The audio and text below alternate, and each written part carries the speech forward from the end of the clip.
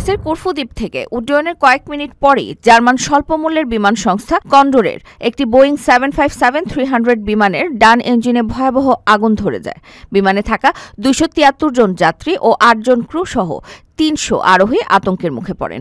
শনিবার 16 আগস্ট রাতে ঘটে যাওয়া এই ঘটনায় বিমানটি জার্মানির দুসেলডর্ফ যাওয়ার পথে বিপদে পড়ে। তবে পাইলট পরিস্থিতি সামলে ইতালির ব্রিন্দিস শহরের কাসালের বিমানবন্দরে নিরাপদে জরুরি অবতরণ করান। সামাজিক যোগাযোগ মাধ্যমে ছড়িয়ে পড়া ভিডিওতে দেখা যায় বিমানের ডান ইঞ্জিন থেকে আতশবাজির মতো আগুন বের হচ্ছে।